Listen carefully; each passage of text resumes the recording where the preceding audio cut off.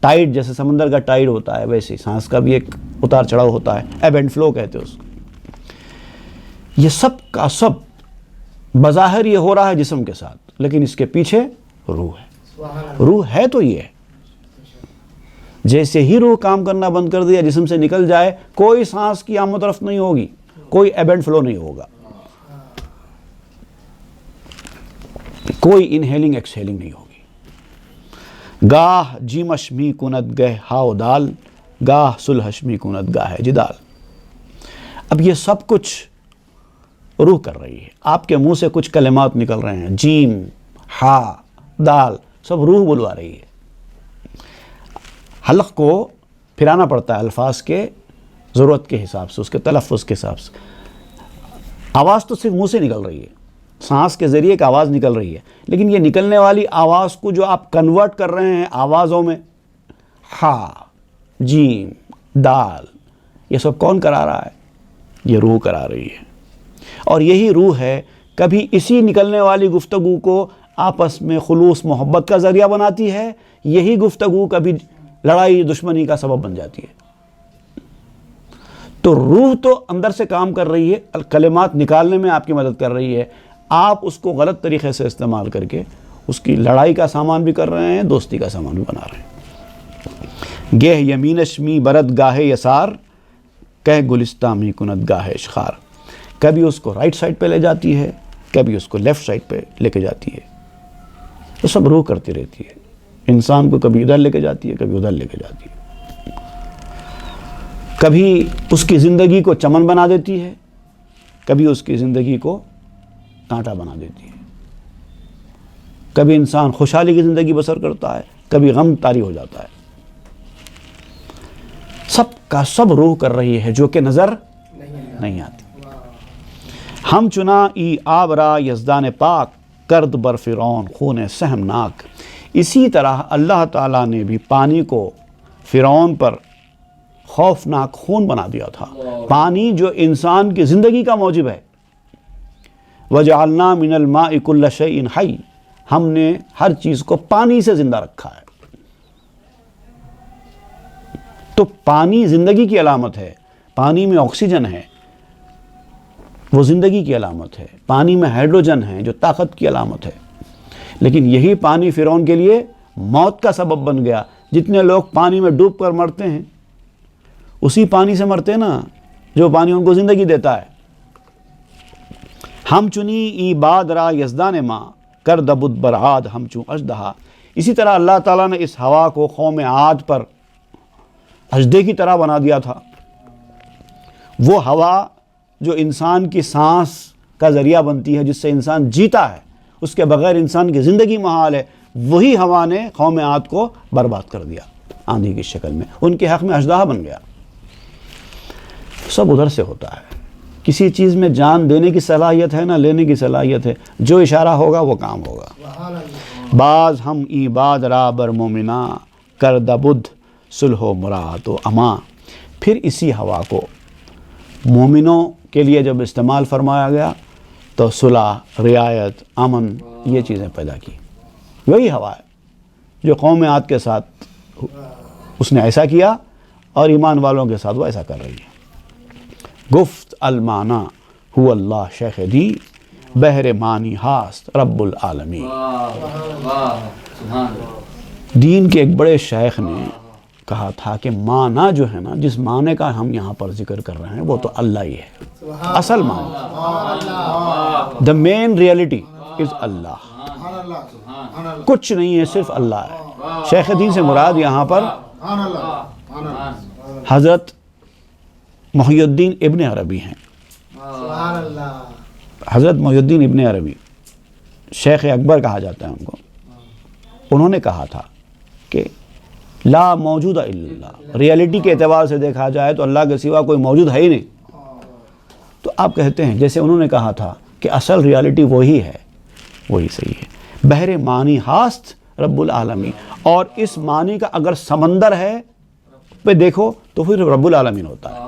اصل ذات ہے وہ ہے اللہ، رب العالمین اس کی صفت ہے، وہ اس کا سمندر ہے معنی کا۔ جملہ اطباق زمین و آسماں، ہم چو خاشا کے دراں بحر رواں. زمین و آسمان کے سارے طبقے، اطباق جو ہے طبقے کی جمع ہے، tiers of earth and heaven. تو جتنے ٹائرس ہیں زمین و آسمان کے سب اسی سمندر میں تنکے کی طرح ہیں. وہ سمندر میں تنکے کی طرح تیر رہے ہیں پانی کے اوپر. زمین آسمان سب.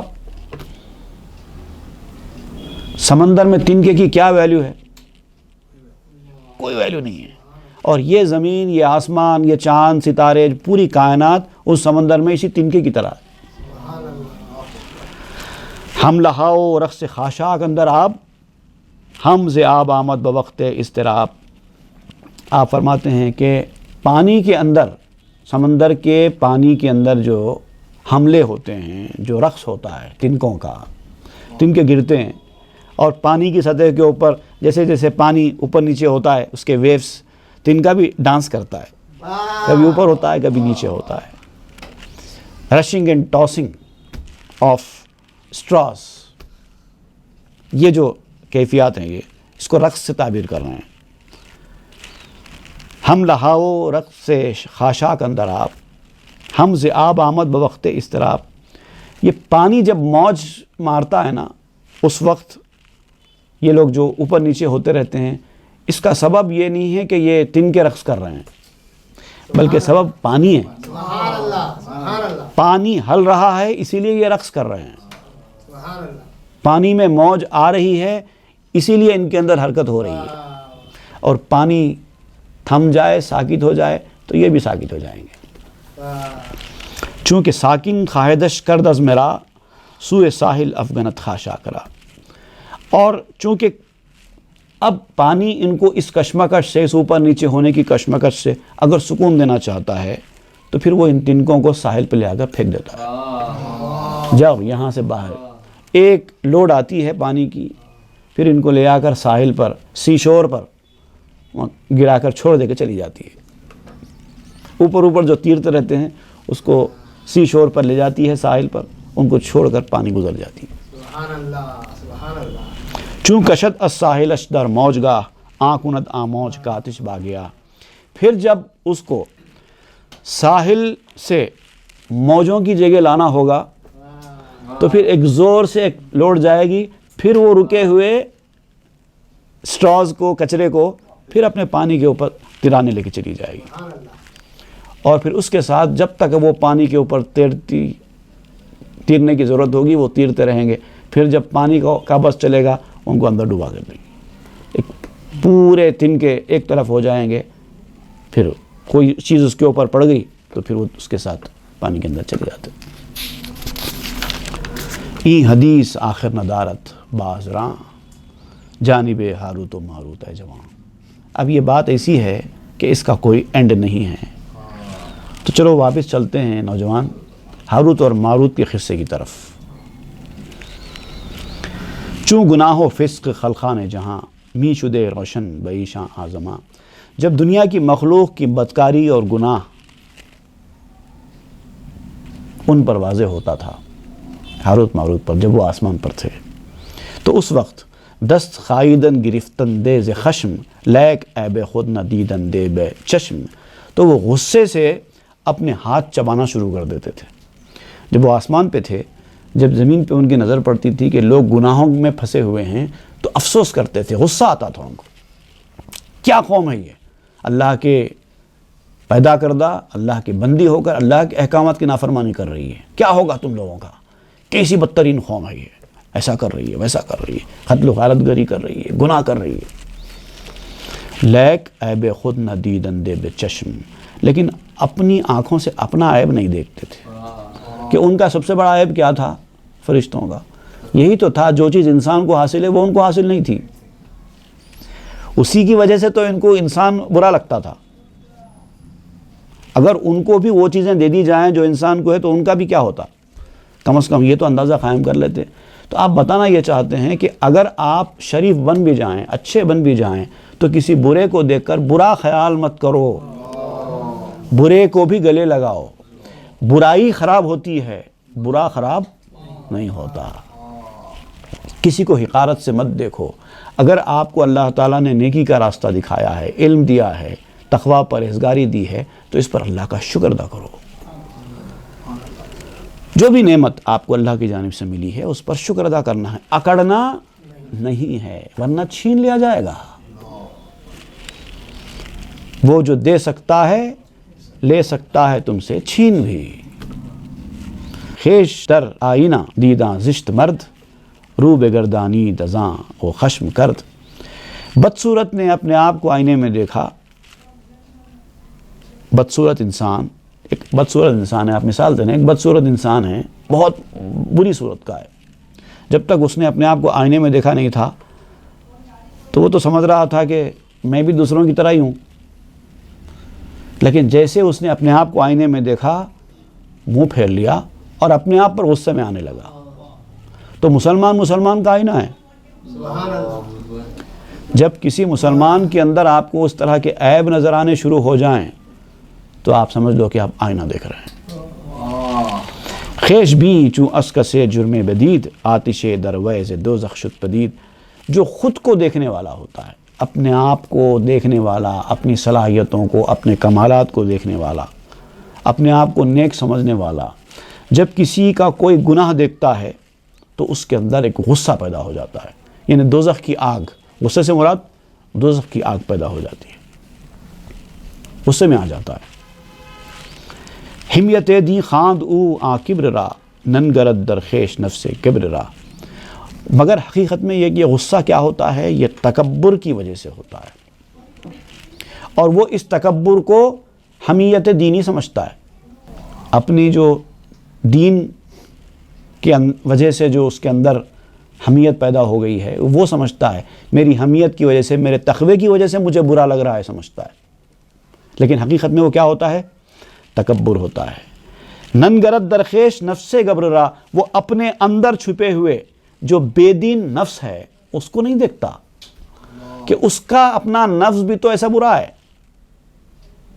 چلتے چلتے میں آپ کو ایک چھوٹا سا واقعہ سناتا چلوں. ہمارے شہر ہی کے ایک عالم صاحب کا قصہ ہے، میں نام نہیں لوں گا. ایک مرتبہ وہ مسجد میں نماز پڑھ کر باہر نکل رہے تھے تو کسی نوجوان کو دیکھا کہ وہ بغیر ٹوپی کے نماز پڑھ رہا ہے. ان کے ہاتھ میں لکڑی ہوا کرتی تھی. وہ نوجوان بغیر ٹوپی کے، بغیر احتیاط کے، آداب نماز کا خیال کیے بغیر نماز پڑھتے ہوئے نظر آیا مسجد میں. یہ صاحب کو غصہ آ گیا. انہوں نے اپنی لکڑی اٹھائی، جا کر اس کے پیچھے ایک مارا. اس کو مار کر کہتے ہیں بغیر ٹوپی اور بے ادبی کے ساتھ نماز پڑھتا ہے. تو گویا وہ اپنے آپ کو دیندار سمجھ رہے تھے اور اس کو دینی حمیت سمجھ رہے تھے کہ اس طرح مارنا چاہیے، سختی کرنا چاہیے. لیکن ایک بندہ جو مسجد میں آ کر نماز پڑھ رہا ہے، اس کے ساتھ ایسا سلوک صرف تکبر ہی ہو سکتا ہے. اگر آپ کو سمجھانا بھی ہو تو نماز ختم ہونے تک کا انتظار کر لیں، اس کے بعد اس کو پیار محبت سے سمجھائیں کہ بھائی نماز اس طرح بے ادبی سے نہیں پڑھتے، ادب کے ساتھ پڑھو، آپ اللہ کے حضور کھڑے ہیں. پیار محبت سے سمجھا کر کہا جا سکتا ہے. اس طرح سے مار کر اپنی دینی حمیت سمجھنا، اس کو یہ دینی حمیت نہیں ہے، یہ دراصل تکبر ہے، اپنے آپ کو اچھا سمجھنا ہے. یہ بتا رہے ہیں حمیت دی را نشانی دیگرست کہ ازاں آتش جہانی اغزرست. جو دینی حمیت ہوتی نا وہ تو کوئی دوسری چیز ہے. دینی حمیت کی جو علامت ہے نا، اس کے جو سمٹمز ہیں وہ تو دوسری چیز ہیں. کیا سمٹمز ہیں؟ کہ کسی کے اندر دینی حمیت پیدا ہو رہی ہے یا پیدا ہو گئی ہے تو دینی حمیت والا شخص کیا کرتا ہے کہ ازاں آتش ذہانی اغزرست، کہ جب وہ اپنی دینی حمیت کی آگ نکالتا ہے تو دنیا بھی ہری بھری ہو جاتی ہے. اس کی آگ سے دنیا ہری بھری ہو جاتی ہے. کیا مطلب اس کا؟ مطلب یہ کہ وہ غصہ بھی نکالتا ہے تو اس انداز کا ہوتا ہے کہ وہ جس پر غصہ نکال رہا ہے، غصہ سہنے والے اس کے دیوانے ہو جاتے ہیں. ایسا پیار، ایسی محبت، ایسی اپنائیت، ایسا خلوص، ایسے اپنے پن کا احساس ہوتا ہے. اور پھر اس کی صحبت سے لوگ فیضیاب ہو کر ہرے بھرے ہو جاتے ہیں. اس کے کلمات ان کو فائدہ پہنچاتے ہیں, ان کی صحبت اس کو فائدہ پہنچاتی ہے, پھر ان کو وہاں پر سکون بھی ملتا ہے, غصہ سہنے کے بعد بھی سکون ملتا ہے. وہ ہے سرسبز ہو جانا, اس کو کہتے ہیں حمیت دینی. بھائی دنیا میں کون آدمی ایسا ہے جو غصے کو برداشت کرے؟ کوئی نہیں پسند کرتا. لیکن آپ کسی کا غصہ برداشت کر کے جہاں جو آدمی غصہ کر رہا ہے اسی کے پیچھے بھاگ رہے ہیں, تو یہ کیا ہوتا ہے؟ یہ حمیت دینی ہوتی ہے. وہ کبھی کسی کو حقارت سے نہیں دیکھتے, صرف تربیت کرتے ہیں, حقارت سے نہیں دیکھتے, جھڑکتے نہیں ہیں, میرے پاس سے جا نہیں کہتے, تو اس قابل نہیں ہے, تو گناہ گار ہے, تو بدکار ہے, میرے سامنے مت آ, اس طرح کی باتیں نہیں کرتے. یہ تو تحقیر ہے, یہ لوگوں کو نظر سے گرانا ہے.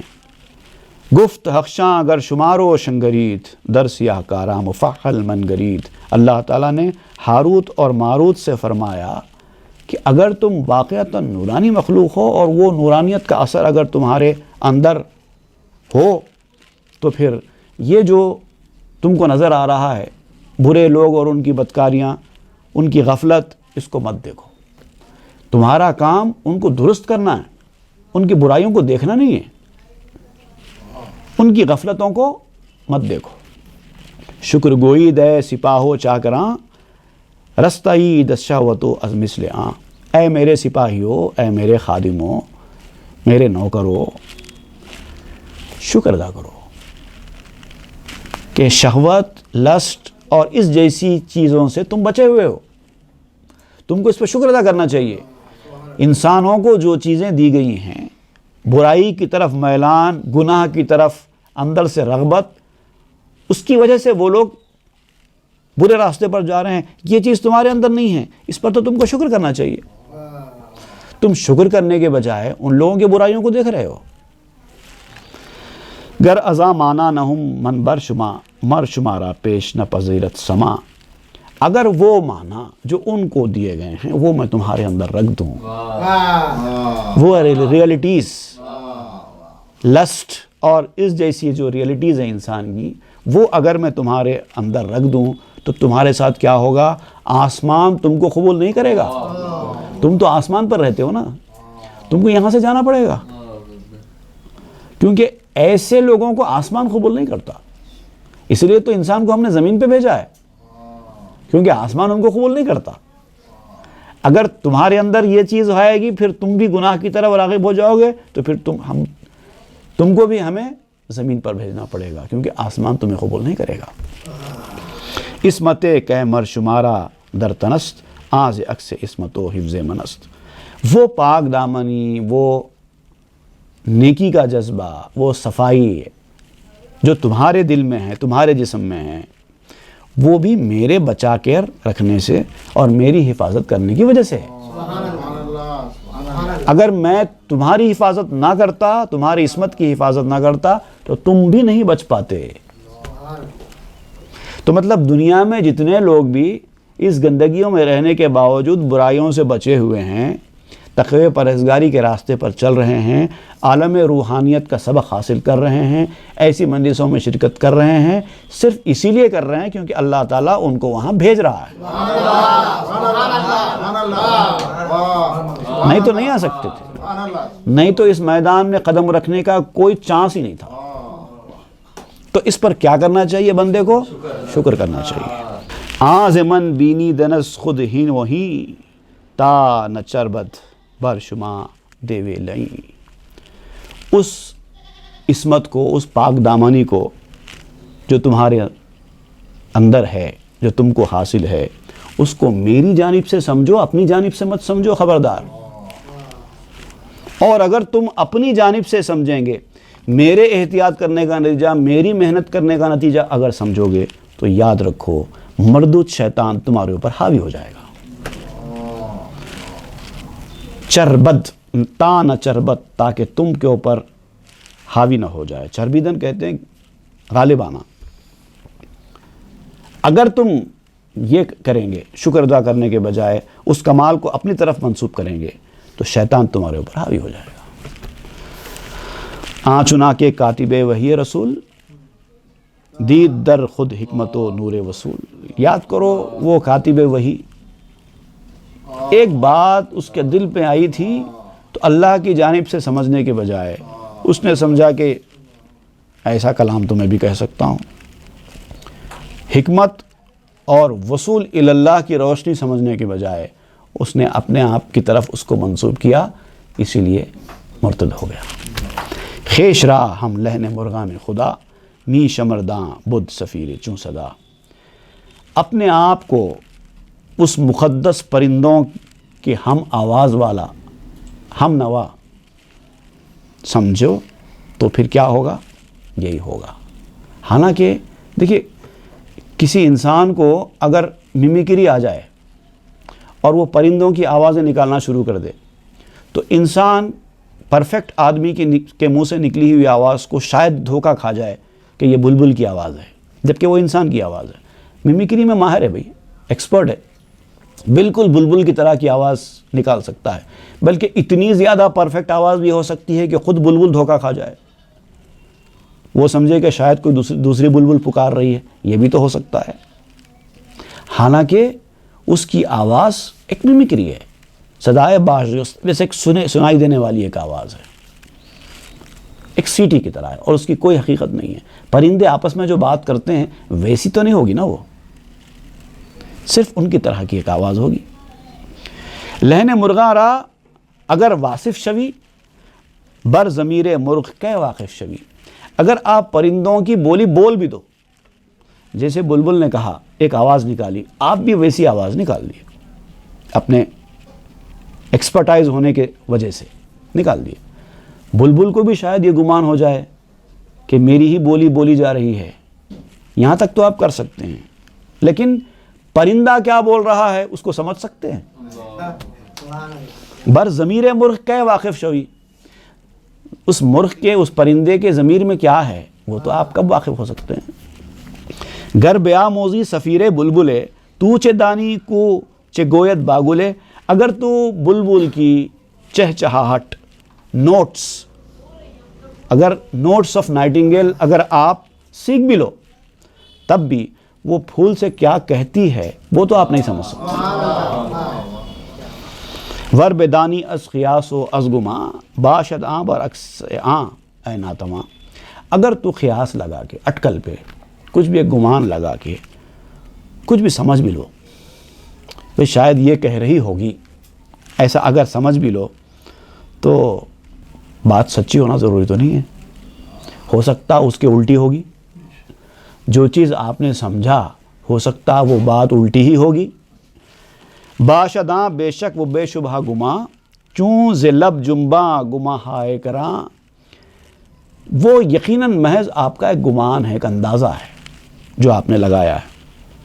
جیسا کہ انسان اندازہ لگاتے ہیں, بہرے انسان بولنے والوں کے ہونٹوں کی جنبش کو دیکھ کے اندازہ لگاتے ہیں کہ سامنے والا شخص کیا بول رہا ہوگا. اب اس کو آپ, اور چونکہ اب ٹیکنالوجی ایڈوانس ہو گئی ہے, تو کوئی ایسا مقرر ہے جن کا بیان آپ سن رہے ہیں, وہ کچھ بول رہے ہیں, اب اس کو میوٹ کر دیجئے, آواز نہیں آ رہی ہے. ہونٹوں کی جنبش سے آپ اندازہ قائم کریے کہ یہ کیا بول رہے ہوں گے. کوئی ایک آدھ لفظ آپ شاید سمجھ بھی جائیں, ایسا اگر کوئی کہے تو آپ شاید اندازہ کہہ سکتے ہیں کہ یہ جاؤ کہہ رہے ہیں, اتنا ہی. لیکن پوری تقریر ہونٹوں کی جنبش سے تو آپ اندازہ نہیں کر سکتے, اور اگر آپ ایسا اندازہ کر کے اسی کو درست سمجھیں گے تو الٹا بھی ہو سکتا ہے. اب یہ ہونٹوں کی جنبش سے سمجھنے والے کلمات کو سچ سمجھ کر اس کے حساب سے ریئیکٹ کرنے سے کیا ہوتا ہے, یہ ایک واقعہ مولانا روم بیان کریں گے. انشاءاللہ ہم اس کو آئندہ کے درس میں پڑھیں گے. وصلی اللہ تعالیٰ علی خیر خلق سیدنا محمد وآلہ واصحابہ اجمعین والحمد للہ رب العالمین.